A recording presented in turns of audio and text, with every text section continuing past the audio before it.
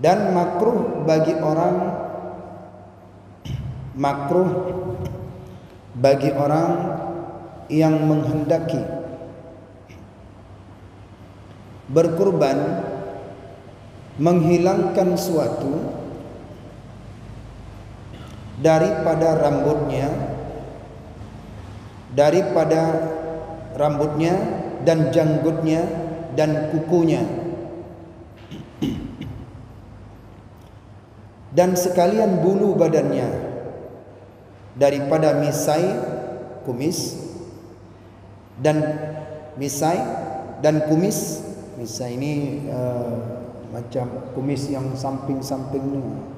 Kalau kumis semua, misai sedikit ni. Dan bulu ketiak dan bulu ari-ari dan lainnya di dalam 10 hari yang pertama daripada bulan Dzulhijjah, hingga dikerjakannya akan kurban.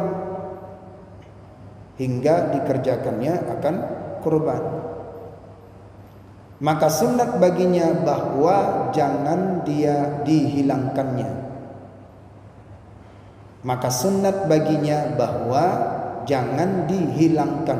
Akan suatu daripada yang demikian itu, karena sabda Nabi sallallahu alaihi wasallam, "Idza ra'aitumul hilala Dzulhijjah, idza ra'aitumu hilala Dzulhijjah wa arada ahadukum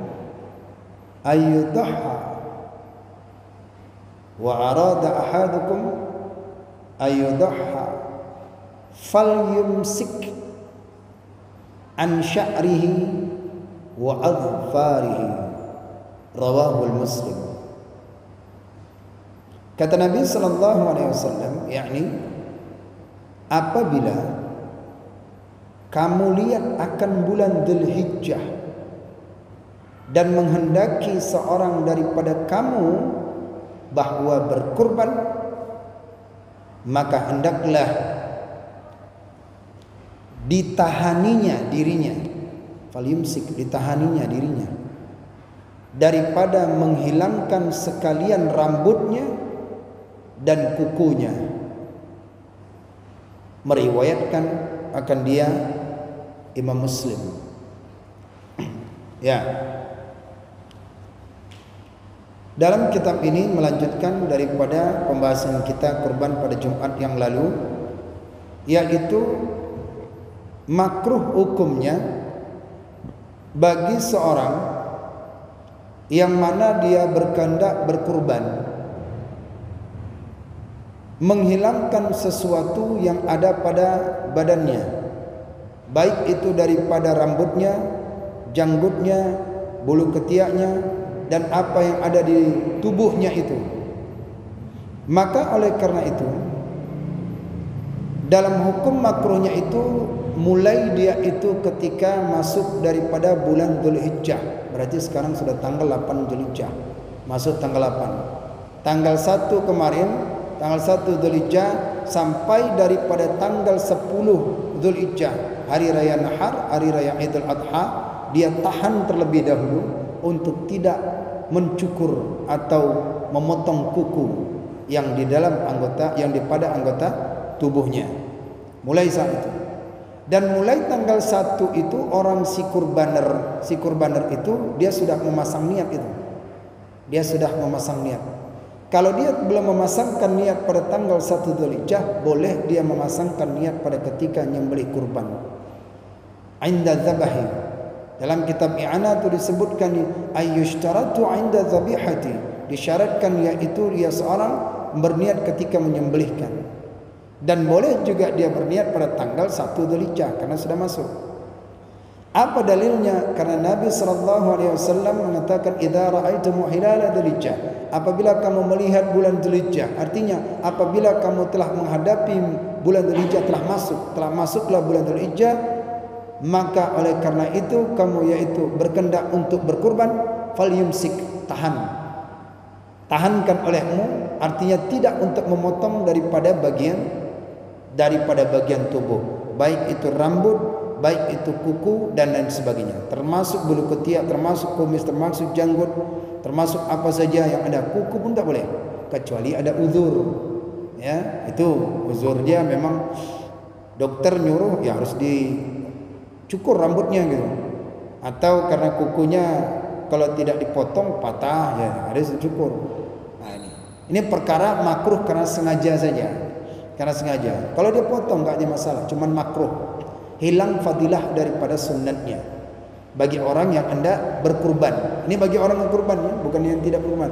Bagi si kurbaner yang hendak dia berkurban, mulai tanggal 1 Dzulhijjah sampai 10 tahan dulu untuk tidak memotongkan. Maka Nabi mengatakan di dalam hadis riwayat Imam Muslim akan demikian itu. Ada lain yaitu di hadis lain pada tanggal Asyara Dzulhijjah, yaitu pada tanggal 10 Dzulhijjah, bukan 10 harinya, 10 daripada awal bulan Dzulhijjah itu. Maka yaitu untuk dia tahankan. Kenapa demikian ditahankan? Supaya tidak memotong kuku, supaya tidak menggunting rambutnya dan sebagainya. Ada hikmah di balik itu. Apa hikmahnya? Bermula hikmah pada yang demikian itu supaya syamil maghfirah, syamil meliputi, mencakup maghfirah, ampunan, dan merdeka daripada api neraka bagi sekalian suku-suku anggotanya. Ini hikmahnya. Ya, dia perkara sunat saja, bukan berarti dia tak boleh potong, silakan, tetapi dia hilang daripada fadilahnya. Hilang fadilahnya. Di antara fadilahnya itu hikmah supaya tidak memotongkan daripada kuku dan rambutnya, yaitu syamil maghfirah, meliputi ampunan baginya. Ampunan Allah berikan kepada orang yang hendak berkurban itu tadi. Ampunan. Dan Allah merdekakan daripada anggota tubuhnya. Semuanya ini termasuk kukunya. Maka apabila dipotong kukunya pada ketika nahar, terbuang misalnya ini, yang kuku sisa ini belum dapat ampunan. Sebab dah semua anggota tubuh kita ini akan diminta pertanggungjawaban. Maka kalau dia dipotong saat itu, maka dia tidak mendapatkan ampunan dan tidak mendapatkan kemerdekaan, merdeka, bebas daripada api neraka. Sekalian suku-suku tubuhnya, juzuk bagian tubuhnya, dia mendapatkan maghfirah, ampunan-ampunan. Demikian di dalam kitab Sabilal Muhtadin ini, dan juga termasuk dalam kitab I'anatut Talibin pada jilid yang kedua halaman 552 tentang syamilul maghfirah, mencakup akan demikian itu. Syahdan, sunat menggemukkan yang akan kurban. Sunat menggemukkan yang akan kurban. Ya. Sunat menggemukkan yang akan kurban, diberikan makan, disehatkan, dijaga kurbannya. Itu sunat. Sunat menggemukkan yang akan kurban.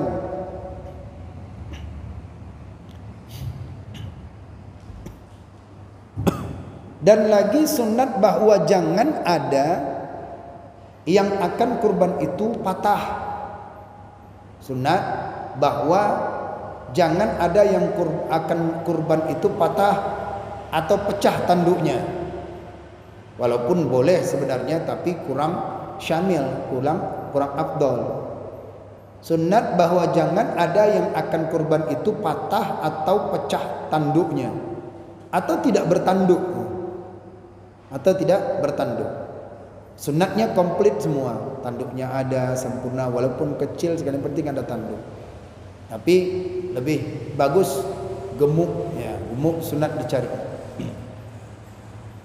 Dan lagi sunat bahwa jangan disembelih akan dia, melainkan kemudian daripada sembahyang hari raya. Ya, Dan lagi sunat bahwa jangan disembelih akan dia melainkan kemudian daripada sembahyang hari raya. Sunat hukumnya. Jangan dia itu menyembelih sebelum daripada hari raya. Subuh disembelihkannya. Walaupun sudah masuk sebenarnya tanggal 10 Dzulhijjah. Maghrib kan sudah masuk tanggal 10 Dzulhijjah. Malam dia subuh lah disembelihkannya. Tapi yang abdalnya itu adalah daripada setelah salat Aidul Adha dan setelah daripada khutbah itu tadi. Itu yang sempurna. Tetapi jika disembelihnya akan dia dahulu daripada sembahyang hari raya, maka ditilik. Lihat dulu katanya. Kalau dia hendak menyembelih juga sebelum sembahyang hari raya, ditilik. Jika lalu masa, lewat masanya, kemudian daripada terbit matahari, kadar 2 rakaat sembahyang dan 2 khutbah yang ringan sekaliannya, niscaya haruslah yang demikian itu. Jadi diagak-agakkannya itu, ini udah selesai ini udah selesai ini salat ini, udah selesai, mungkin tempat sana udah selesai. Yang penting sudah ada naik matahari maka boleh dia. Tapi kita untuk lebih kehati-hatian itu, kalau sudah nampak di mata kita selesai di tempat perumahan, tempat yang kita tempat ini sudah sepulang orang semua, itu sudah aman itu. Jadi ya, itu aja daripada lihat waktunya. Walaupun sebenarnya lihat dari matahari naik itu sudah mulai. Tapi dengan pulangnya orang itu sudah. Nah, ini ketika salat 2 rakaat selesai, khutbah dah selesai, maka sembelihlah. Boleh. Walaupun tadi boleh sebenarnya. Udah naik matahari, sudah boleh dia selesaikan doa salat, udah. Itu tak masalah. Nah, itu bagi orang yang hendak menyembelihkannya. Dan jika tidak lalu masa yang tersebut itu, tidak terlewatkan masanya yang tersebut itu, maka yaitu tidak harus. Kalau sudah daripada lewat masa penyembelihannya, masa 2 rakaat sembahyang, masa 2 khutbah, maka itu tidak harus bagi orang yang hendak menyembelihkannya. Dan lagi sunat bagi laki-laki bahwa menyembelih ia akan kurbannya dengan sendirinya, dan dibagikannya akan dagingnya dengan sendirinya. Sunat. Hukumnya sunat. Kita kan beribadah kan cari yang nilai, ya. Cari yang baiknya. Kita membagikan sendiri itu baik. Sunatnya menyembelih laki-laki dia sendiri. Karena ittiba' Rasul, Nabi itu menyembelih sendiri. Dan bagi orang laki-laki disunatkan mereka itu menyembelih dengan sendirinya. Dan dibagikan akan dagingnya pun dengan sendirinya. Itu sunat. Nah, ini perkara-perkara sunat. Kalau kita sesuai dengan kitab, ikutilah kitab. Khawatirnya kalau kita tidak amalkan, hilang itu. Isi dalam kitab hilang, tak diamalkan. Akhirnya nanti menjadi tradisi para laki-laki tidak menyembelih kurban. Karena tidak ada nasnya, tidak ada dalam kitab. Ternyata ada. Ya? Nah, itu sunat hukumnya. Adapun perempuan dan khunsa dan laki-laki yang lemah. Nah, jadi kalau tadi laki-laki yang mampu tuh. Ini perempuan, khunsa dan laki-laki yang lemah daripada menyembelih dengan sendirinya karena sakit, bisa jadi sakit dia, uzur atau lainnya, maka sunat bagi mereka itu berwakil pada menyembelih kurbannya. Ya, maka sunat dia berwakil pada menyembelih kurbannya. Dan apabila berwakil laki-laki atau perempuan pada menyembelih kurban, maka sunat baginya hadir akan kurbannya ketika menyembelihkan dia. Sunat bagi orang yang tidak mau menyembelihkan dia. Ya. Jadi asal mula sunatnya itu laki-laki dia menyembelih sendiri. Asal mulanya itu adalah laki-laki menyembelih sendiri, sunatnya bagikan sendiri daging sendiri. Jadi kalau nanti ada orang yang minta nanti untuk daging untuk dia bagikan sendiri, biarin saja. Paling dapat berapa kilo, saya minta dia 3 bungkus, 5 bungkus, mau saya bagikan fakir miskin di sana, selebihnya bagikan di sini.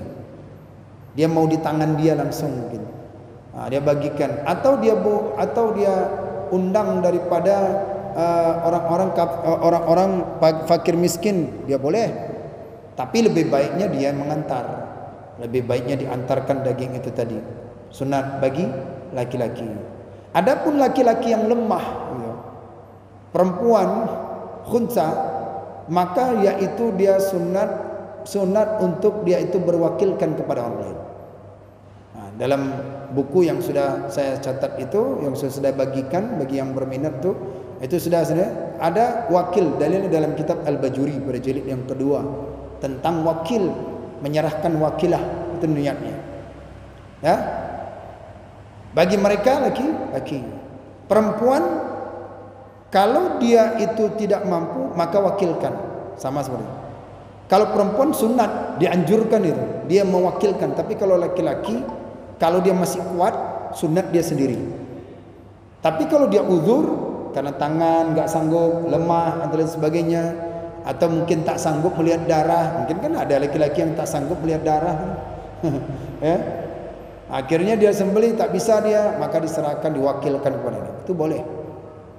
Boleh dia untuk dia berwakilkan. Kalau perempuan boleh dia untuk menyembelih, walaupun yang afdal sebenarnya dia itu adalah laki-laki. Menyembelih itu yang menyembelih itu kalau ada perempuan maka lebih afdal laki-laki. Afdal laki-laki, lebih baik. Walaupun perempuan menyembelih kurbannya itu sebenarnya hukumnya boleh, tetapi afdalnya itu laki-laki. Bagaimana perempuan itu dia menyembelih tapi dalam keadaan haid, nifas, ya, junub sekalipun boleh. Kalau mereka, demikian disebutkan Imam An-Nawawi dalam kitab Al-Majmu' Syarh Muhadzab pada jilid yang ke-8 halaman 408. Tuhillul mar'atul, dihalalkan bagi wanita yaitu zabhaha, sembelihnya. Bagi wanita boleh itu dihalalkan. Wal afdalu rajul, yaitu yang lebih afdalnya itu adalah laki-laki. Demikian disebutkan oleh Imam An-Nawawi. Nah, khunsa, laki-laki, perempuan, apabila dia tidak mampu untuk dia berkurban karena lemah, karena sakit dan lain sebagainya, maka dia wakilkan kepada wakil yang untuk tidak mau menyembelihkan dia itu tadi. Ya, dia wakilkan. Tentu dia sampaikan itu. Dia sampaikan itu, Pak, saya wakilahkan kepada Bapak, pada Pak Ustaz, kepada ini Tamir untuk menyembelih kurban sunnah saya ini. Wakilahkan. Kalau tidak dapat dia wakilahkan dengan lafaz, boleh dia dengan tulisan. Boleh dengan tulisan dibaca. Oh, dari Fulan bin Fulan, ini dia. Nanti si wakil dia menyembelih. Dia sembelihkan itu tadi. Jelas? Okey.